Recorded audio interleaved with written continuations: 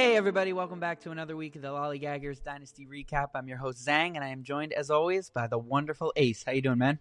4-2, let's go. 4-2, he's cooking. We had a lot of shakeups this week, some surprising upsets that the computer didn't say is an upset. They are taking over, as my grandpa always used to say. So, not to be nervous about. No.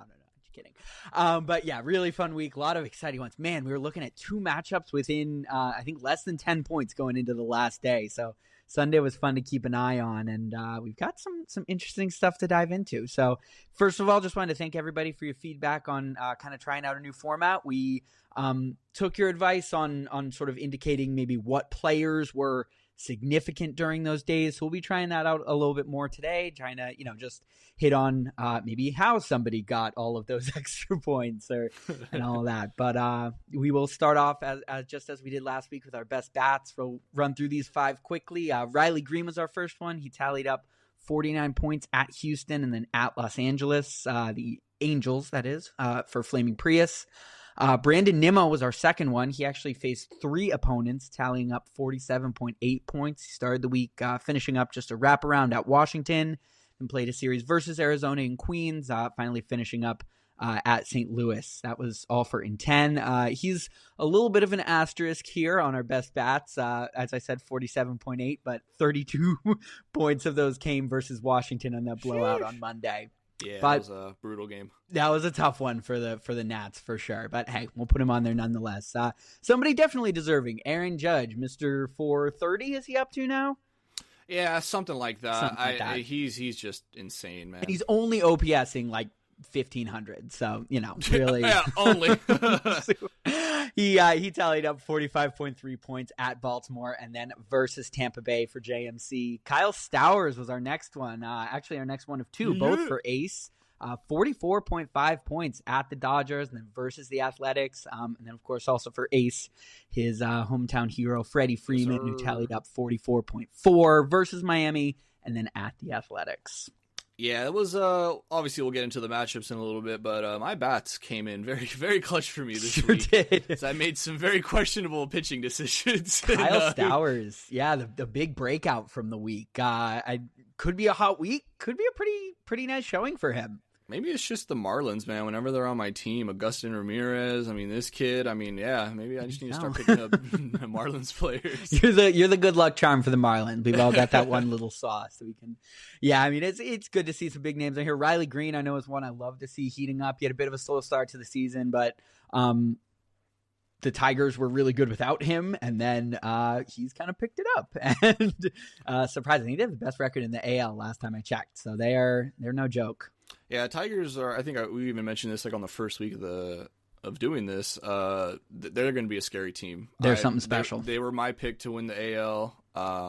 So they're obviously first in it right now. Obviously, still very early in the season, but I'm very high on the Tigers this year. Right, and yeah, hey, Riley Green heating up can do nothing but good for that offense. Yes, sir. And then of course Aaron Judge on there. He probably could belong on here every week, even if he doesn't score, because he's the best bat. But he's just his own category. Yeah, he needs his own best bat category, and then best of the rest for the other five guys. We'll move on to our potent pitchers now. Bailey Over starts us off. He opened the week with 30.2 at Cleveland and then finished up with 27.2 at Boston for a total of 57.4. That was for me. Freddie Peralta from Milwaukee is our next one. He started off with 24.2 at the White Sox and then 33.2 versus the Cubs, totaling 57.4. Tied up there with Bailey Ober. That was for Mike. Jacob deGrom is our third potent pitcher, 34.2 versus the Athletics to start off, and then 20 versus Seattle to round things out. It's a total of 54.2. That was for Big Peach. JMC had our next pitcher. That was JP Sears, who had 26.8 starting at Texas, and then 23.6 at Miami for a total of 50.4. And once again, Garrett Crochet should be in the fifth spot. but I ran out of starts. So it's going to be some of the, maybe that's the secret sauce. I need to run out of starts and not be able to get points from him, and then he pitches well. How do you keep leaving him off? Mercy. I thought I had it all counted out, and then I opened up fantasy this morning, and I was like, well, got all my starts in. Nice. Oh, there's Garrett Crochet. Fool me once. That would have been nice to have. Fool me once, shame on me. Fool me twice, shame on me again. Tanner Bybee did have a very solid week, though, 29.4. And then 15.5 at Toronto to round it out. That's 44.9 points for Bohs. Love to see that. Love to see that, Bohs. Another big week from his pitchers. Yeah, three 50-point performances from pitchers. I know this was a big pitching week. They in the positives and negatives had some pretty big effects on the matchups. Yeah, like I said, we'll get into these matchups because there's going to be a lot to talk about. But pitchers definitely played a big part in this week's matchups. They sure did, yeah. Well, we will move on down to our bench blunders. We have 5 for you this week. Colt Keith is our first one, starting off on Wednesday for Bohs. That was 11.6 points on his bench for the right side infielder. Xander Bogaerts on Tuesday tallied up 12.1 points on the bench for Serial Chillers. Taj Bradley, who had 19.4 in a start on Tuesday, was unfortunately on JMC's bench as well. Tyler Stevenson had 11.6. Thank you. You corrected that one on there. I had it backward. I had it written that Ace did it, but of course it was JMC. Tyler Stevenson had 11.6 on Friday for in 10, which isn't a ton, but Amaya was his starting catcher that day and didn't tally any points. He was on the Cubs bench, so that is a little bit of a missed opportunity there. And then finally, JJ Bleday, who had 13.8 on Friday for Al Martinet. Yeah, another Al is he's a sneaky one, man. I feel like Al is he's gonna kind of come out of nowhere. Like I said, we'll get to the rec. Man, it's so hard not to talk about these matches. I know. Right You want to get right into it? Oh man, yeah. Ali gonna be a sneaky one this year. I'm keeping an eye on him during the trade deadline. I feel like that could be. He's done a lot of trading already. And I mentioned his knack for nabbing talented pitchers. I'm keeping an eye on him around there when there might be some moves that we look back on after, those last few weeks and you're saying, oh my God, how did that happen? Yeah, that's steal. Changed the whole thing. So, we will now, as we said, move down to our matchup minute. Our first matchup is Serial Chillers versus Al Martinet. We came in with 54% of Serial Chillers taking down Al Martinet. Monday, the matchup started off pretty slow, just 7-22. Al Martinet taking the lead there. Although Serial Chillers was projected to be our winner here, he did not lead at all this week. 96 points on Tuesday for Al Martinet to Serial Chillers 43, then 70-74. On Friday, we saw 156-57. That was the real dagger for Al Martinet. Yeah. He was really boosted there by Bayo, who had 28, Hunter Green, who we mentioned earlier with 36, Soriano with 26, and then Yamamoto with 34. Really big performance on that day. Saturday, things slowed down a little bit, and then the little bit of a surge at the end led by Vinny Pasquantino's 12 points with Serial Chillers scoring 71 on the last day wasn't quite enough to take down Al Martinet. So the score did end up with Al Martinet winning 460 to Serial Chillers 335. Yeah, both guys sitting at 3-3 now, so a nice little even 500. Good matchup here. And this was just the start of many. Yeah, this was actually the only matchup this week where somebody took the lead on Monday and held it through the entire week. So, wow, definitely a strong showing for Al Martinet. Yeah, Hunter Green, man, two 36-point performances. He's still doing it. Yeah, it's. 36. I mean, he's fallen. He's no longer the highest scoring fantasy player anymore. But man, he is still putting together an amazing season. So yeah, we'll check in. And I believe next week, if I'm remembering correctly, I believe next week is a quarter of the way through the season. So if it's not next week, it's the week after that. I can't remember exactly when it is, but we'll be doing a little bit of a quarterly check-in where we see, who are way through. It's flying. I know it's getting late early for some teams. Yeah, sure is. Well, our next matchup was JMC versus Ace. It was 59% of Ace taking down JMC. Ace did open up with 45 to JMC's 36. 26 of those points came from JP Sears, who we mentioned. But a big performance by JMC gave him the lead on Tuesday, 117 points to 96 for you, Ace. That was led for JMC by a trio of Yankees, Ben Rice with 18, Judge with 13, and Rodon with 30. But coming back on Wednesday, Ace took the lead with 95 points to 53 and did not secede the lead for the rest of the week. Freeman and Evaldi helped him take the lead on Wednesday. Then we saw, as we mentioned, Stowers with 21 on Saturday. Huge performance there. And Michael Garcia showing up a couple times, 11.2 on Thursday and 16.9 on Sunday. And unfortunately, that 18.3 from Jackson Holiday wasn't quite enough to get JMC back into the game to end the week. This one did end with a 69. Nice point differential, 470 for Ace and 401 for JMC. I just caught that. You just caught, yeah. There it was. Oh man. Hey, we're all children at heart, aren't we? Oh, absolutely. We don't grow up. We just get older. Just get older, bigger. Yeah, this week was as I mentioned at the start of this, my bats carried me so hard this week. I had a couple of very questionable pitching decisions very early on in the week.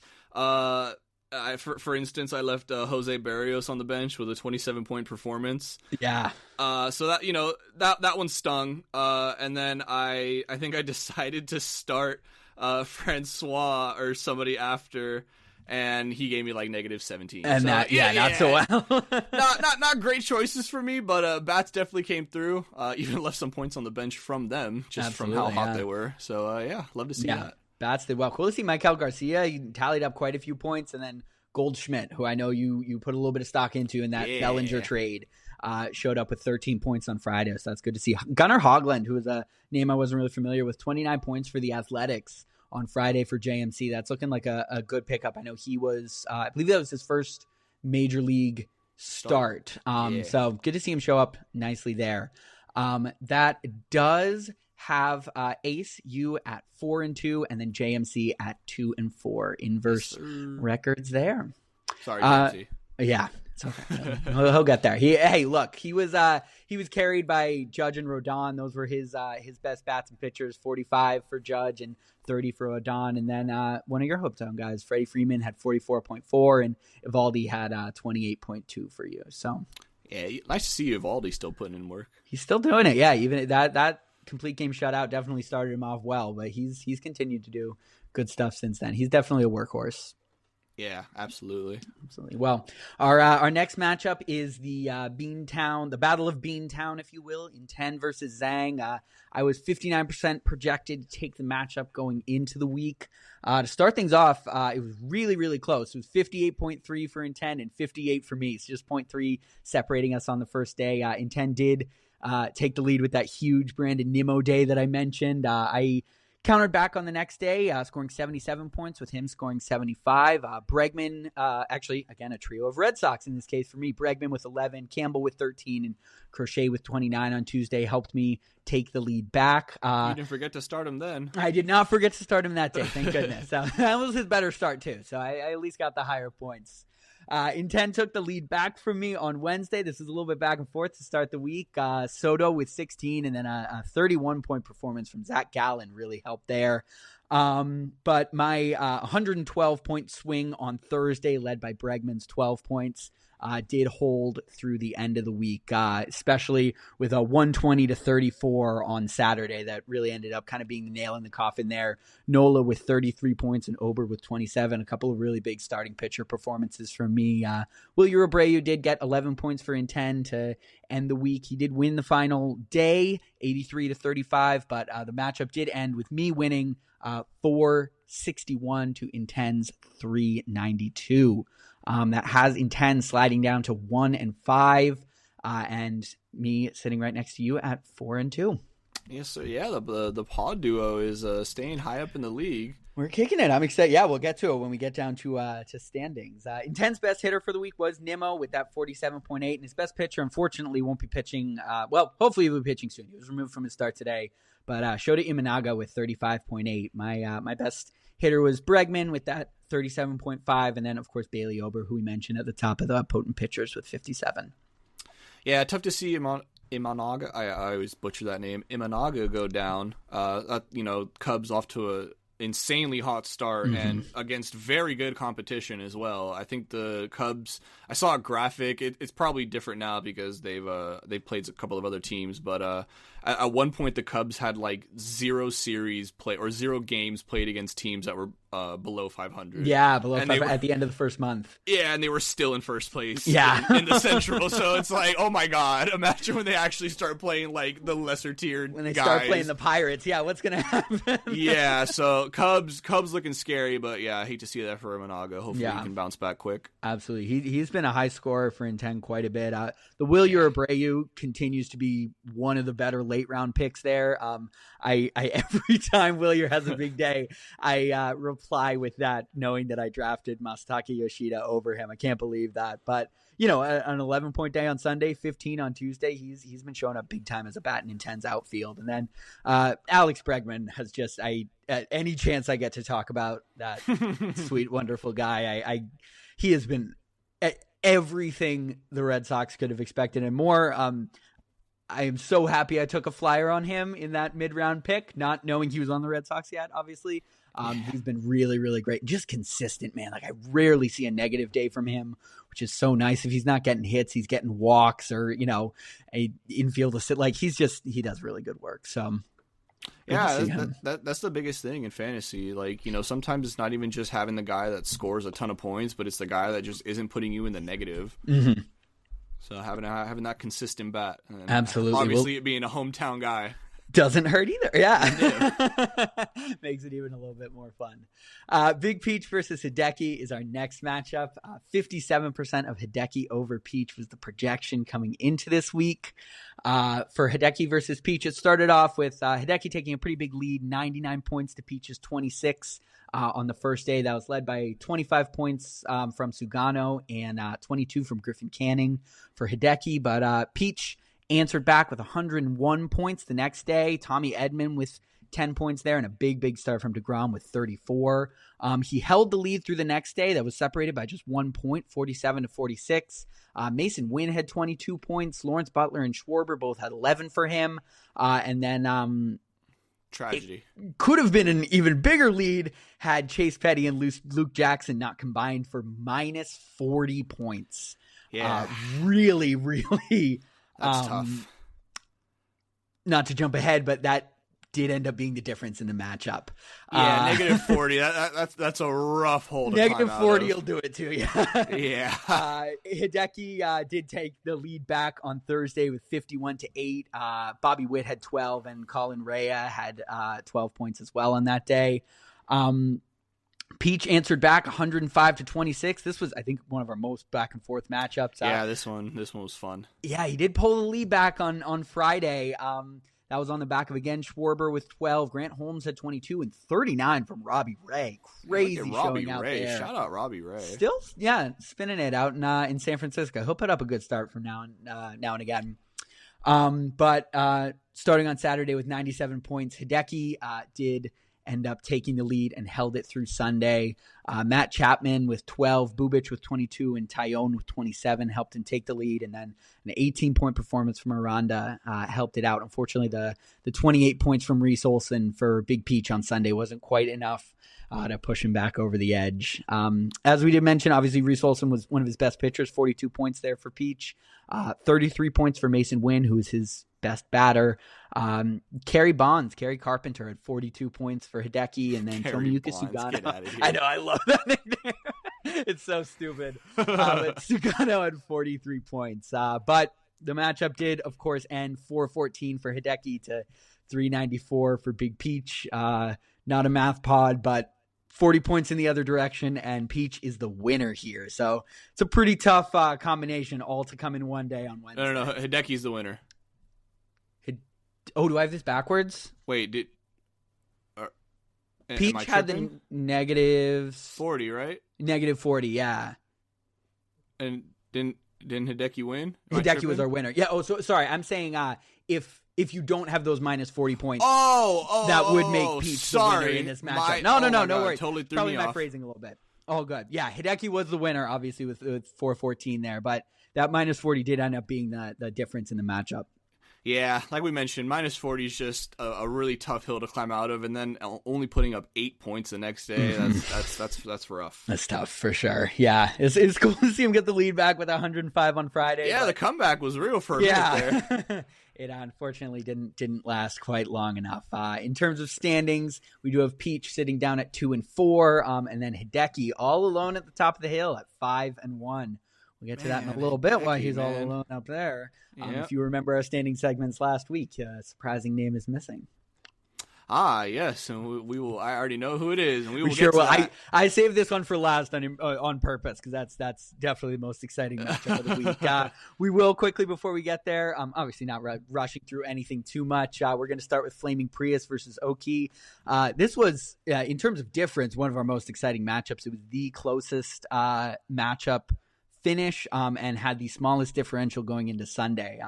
There wasn't a projection to start things off, but Prius did start off the week in the lead, 65 to Sooners 55. Riley Green, 16 points, helped him take that lead. He held the lead through Tuesday with Glaber scoring 15 and Junior Caminero scoring 12, helping him to kind of sustain it there. But the lead was taken back from him on Wednesday by Oki Sooner. Corbin Burns had 21.9 points. Coincidentally, again, one of those little glitches in the Matrix. Tyler Anderson also had 21.9 points for Prius. Kind of funny they matched that on the same day. But Brenton Doyle with 11 and then Tio Teo with 10 points helped Oki take the lead. He held it through the next day, 60 to 57. And even through Friday when he did get outscored, Flaming Prius scored 124 and Sooner scored 115. But Oki Sooner still had the lead. He had the lead at the end of Saturday, 54 to 74, just 2 points separating them. And based on the number of times I said he still had the lead, you might know that he did not have the lead at the end of Sunday. A very, very, very close matchup. 40 points for Prius to end the week to 34 for Oki Sooner. Had the ending score at 481 to 477. Once again, a little bit of heartbreak where Oki Sooner had Logan Evans and Andre Palante in his starting lineup for the pitchers. They combined for minus 7.6, which more than made up for the differential in the final score, meaning those two starts did cost him the matchup. Yeah, it's like we mentioned at the start of this, the pitchers played a huge role in who won these weeks and who lost, and it bit both ways for sure. Sure did. Yeah, and I mean, Oki had a great week, man. Yeah, you know, Teoscar had 33 points for him, Fried 38, and Max Fried. Shout out Max Fried. I got to talk about him. He's second in fantasy right now in fantasy points. That is just absurd. I mean, dude has been an absolute godsend for Yankees fans, especially with Cole going down. So one can only imagine what this pitching staff will look like once Cole is healthy in a year. This for right now, Max Fried is definitely locked in that ace status for the Yanks. Yeah, I'm not going to be doing a lot of imagining that if that's okay with you. I'm gonna hold off until I have to face the harsh reality. No, but I mean, Max Fried has been absolutely unbelievable. I think I saw they haven't lost a start from him yet, and he's constantly putting up these 30, 40 point performances for us. It's really a great pick by Oki Sooner.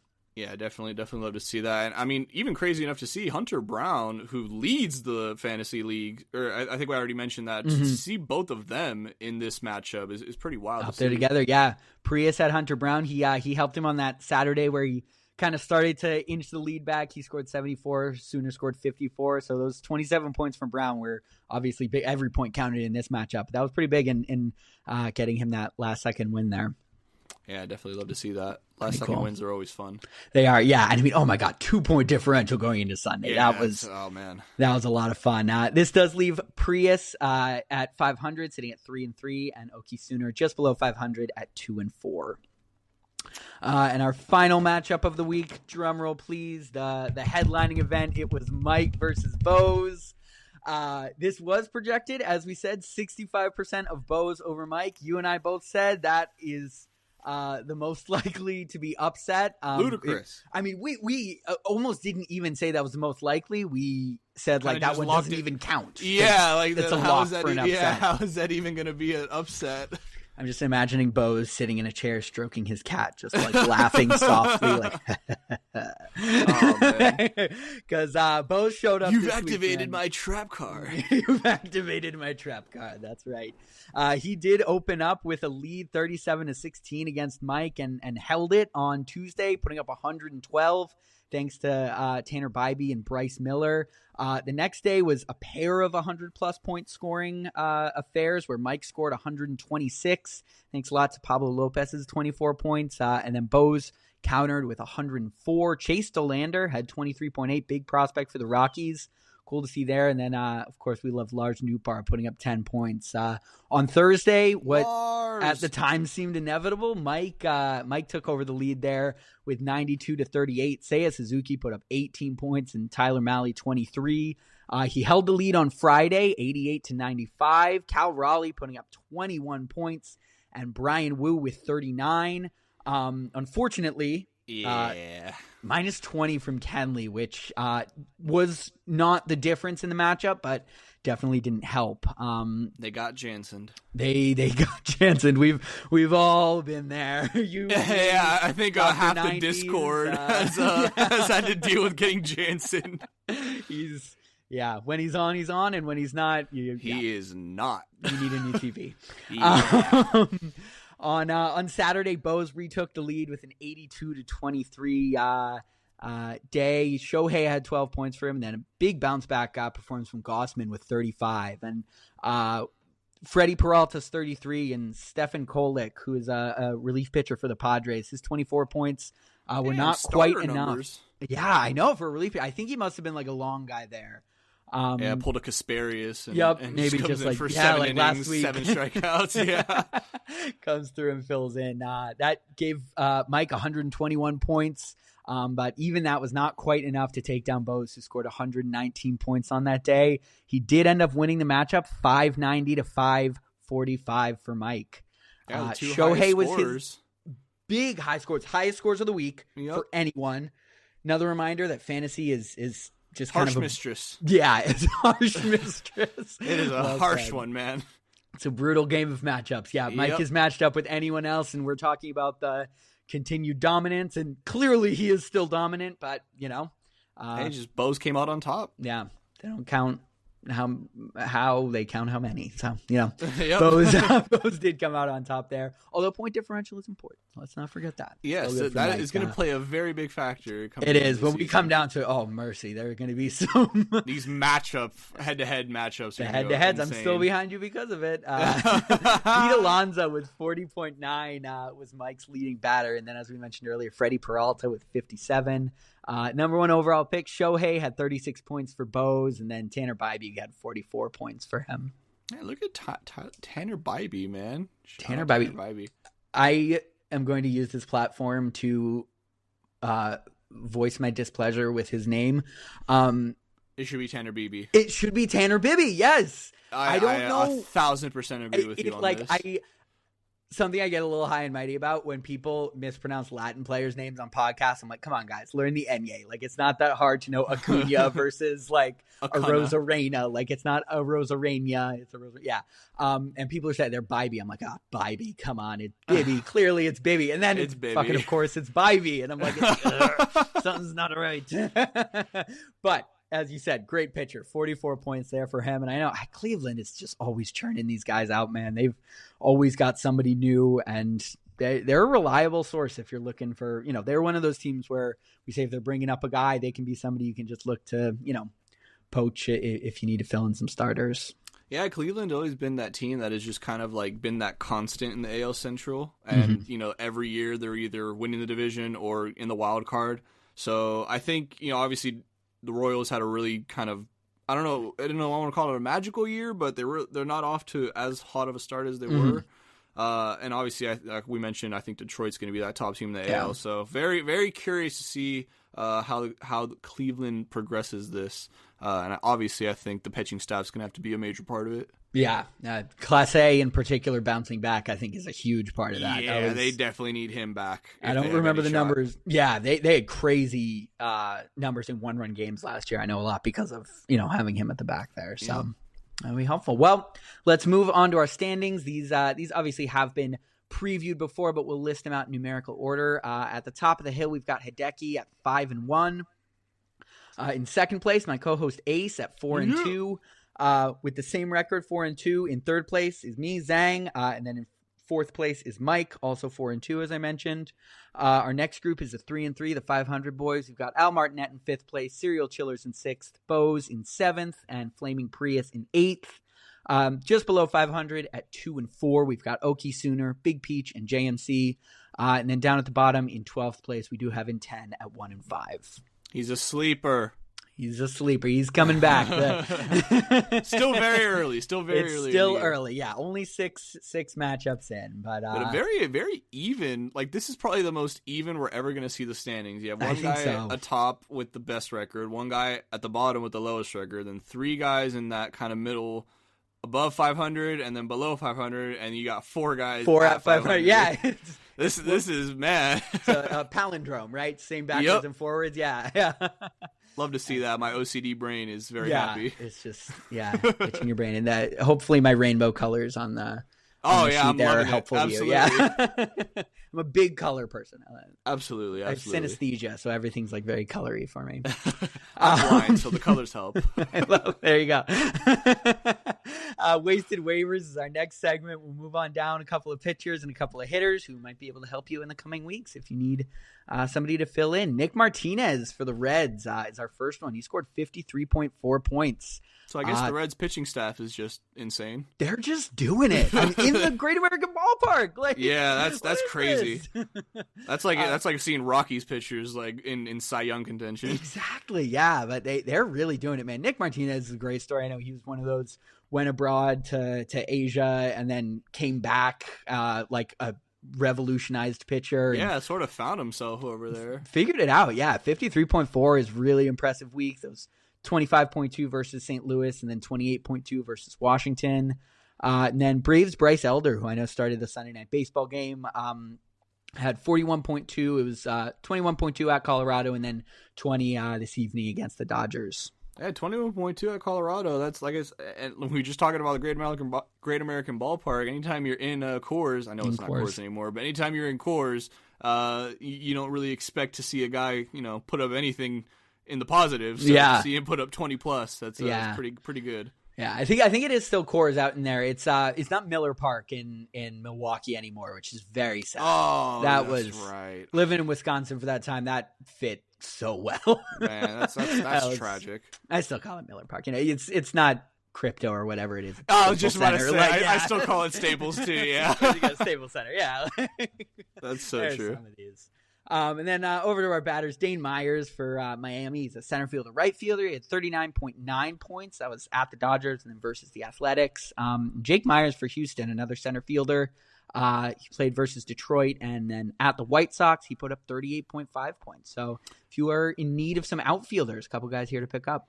Man, talking about the Miami guys, man, showing up. Their Miami offense is showing out this year. I know their record doesn't show it, but they've got a number of bats that are putting out some pretty serious numbers. I know the kind of hot to trot pick was the Athletics for, this might be the year a bad team maybe isn't a good team but has a number of good players. And we've definitely seen that, obviously, with like Lawrence Butler and a bunch of other guys out there, Nicholas Kurtz and Jacob Wilson, the shortstop. But Miami's got a number of guys who are putting together pretty solid seasons. Matt Mervis has been great. Obviously, as we mentioned here, Dane Myers has been really good. Augustin Ramirez, yes, of course. Thank you. We got a second baseman too, who I can't remember the name, Otto Lopez, who's been pretty solid to start the year. Kyle Stowers, that's right. They're a surprising team. They're going to surprise. They're going to surprise some guys this year. Yeah, and changing back to the teal uniforms would Yes, win them please. some points in my eyes. Please. Yeah, no, honestly, they Oh need my to bring gosh. those back. I'm Please. a Charger fan, so that like kind of like lightish blue, almost turquoise color, I love it. Need Perfect. it. Yeah, That's why I'm a big fan of those Phillies blues. Those the throwbacks are great. I am a big believer that like making your team. This is so stupid, but making your team like look good in uniforms like changes the way the team is viewed and like the culture. Like think about the Padres turnaround right when they went to the brown and golden, like yes, Tatis came up and all that stuff. But I don't know. Hey man, look good, play good, feel good. Feel good. You know, yeah. I think that's why they're always doing. You know, they had the player appreciation jerseys for that weekend, for player appreciation weekend. Like I love those with the nickname. Like that's something I feel like they should bring back. Like just cool little stuff like that, just to get the play. You know, it's a long season. You just got to kind of keep the players engaged, especially those teams. You know, like the Rockies or the White Sox, who you kind of already feel like their season's over, but you know, just something to kind of bring the fans out. Look forward to. Yeah, absolutely. Well, do you have any ideas on who might be picked up to follow through? I know we've seen a couple of these wasted waivers guys show up in the following weeks. Yeah, pretty big performances. Do you have an eye on who might show up? I'm definitely liking Bryce Elder. I'm honestly shocked he's not on a team already. Yeah. I know the Braves had a really rough start to the season, so that's probably contributed to it a little bit, but I honestly think Bryce Elder is going to be a guy that really picks it up. I think the Braves are going to pick it up this year as just a whole team, and so just in part with that, he will also pick it up. The offense will have his back a little bit more. So yeah, I definitely think Bryce Elder of the pitchers. Yeah, I like that there. Nick Martinez makes me a little bit nervous. I have to say he's definitely he's had these stretches where he puts up good numbers, and then it always feels like just when you start believing, he kind of and like lets you down. Yeah, some people are like that where they're just up and down. And look, there's something to be said for that. But to me, Jake Myers is someone I'm keeping an eye out for. Houston is obviously there are voids for bats to really take over in their lineup. They shipped out Kyle Tucker this offseason. They let Bregman walk. It just feels like there's a spot for the next kind of like under the radar Houston hitter to pop out and then just turn into that massive threat in their lineup. And I don't know that Jake Myers is that guy, but he's one I would keep an eye on. He's playing center field out there too, which is, always valuable to have somebody good at that position. Yeah, it's definitely rough for the Astros right now. Whenever you're behind the Athletics in the standings, it's always a rough time. It's not so good, yeah. I mean, granted, more than half of the AL West is behind the Athletics in the standings, so maybe it's just how well they're doing, or maybe they like that little league ballpark. But yeah, I think Houston, they're always obviously a scary team. They're a well-run team when they're not banging on trash cans. Mm-hmm. Yeah, exactly. So yeah, I definitely, and that division is wide open in my opinion. I know Seattle's kind of not want to say cemented, but firmly in first place right now. Yeah. I think that those standings always just fluctuate. Seattle's been known to not be great at holding division leads. I'll say that. I was going to say, this time last year, we were like, Seattle's got it locked. Yep. And then what happened. What's that guy that used to race in Atlanta, like the Freeze or something? Yeah, Mr. Yeah. They give the other guy the huge start, and then he just like lapped them. That's kind of what it felt like with the Astros last year. Yeah, 100%. So I think that division's wide open, and the Astros can 100%, if Jake Myers proves to be that guy, because I think Jordan Alvarez needs somebody else in that lineup to contribute something big time. Yeah, Jeremy Pena has actually put up some solid numbers this year. I know. Pena's been good. He was the big cheese after question mark 2022. Oh yeah, that's and true. Then he's had like a couple down years, but I don't know. He's kind of figured something out this year, so that's good to see. Speaking of AL West, Rangers just fired their hitting coach. I know they are a team that was projected to be one of the best lineups and have been atrocious. Yeah. If you're, looking to pick some people up, Rangers might be an area to look for, because you might get that new coach boost a little bit from them. New guy coming in, giving them some ideas to tinker with, and hopefully fixing some of the stuff that's going wrong out there. So keep an eye on Texas this coming week for bats. We might see some pretty big surges there. Yeah, Jake Berger just got sent down to the minors, too. I know. He needs to figure some things out, because First baseman Jake Berger, you say? Yeah, I can think of a team that maybe needs a first. No. Wouldn't you like that? Honestly, I would not mind him in Boston. Yeah, that'd be fantasy wise, that'd be pretty great for me. It's pretty fun being a Red Sox fan where anytime there's a right-handed hitter, you're like, oh, they could fucking mash here. Like, the hands no together, like, what. ooh, plotting. Yeah. Well, finally, we will wrap up with next week's notes. Our 7th week's matchups open up with JMC versus Serial Chillers. Serial Chillers has a 65% chance to take down JMC. Hideki versus Flaming Prius is our second one. It's got 52% of Prius, unseating the lead leaguer currently in Hideki. Bohs versus Oki Sooner is matchup number 3. That's 57% of Oki over Bohs there. In 10 versus Al Martinet is our next one. I do have to believe this is due to an illegal lineup. It's not 100% to 0 like our next one, but it is 95% for in 10. In 10, I love you, buddy, but I don't think project anybody 95% over another. Crazy. So that one may be a little bit. There may be an illegal lineup in there somewhere. And then before in 10 scores 700 points. Exactly. Absolutely blows them out of the water. The first 1,000 burger in fantasy history. Oh, man, that'd be crazy. Matchup number 5 is Ace Garcia versus Mike. There's not a projection for that one.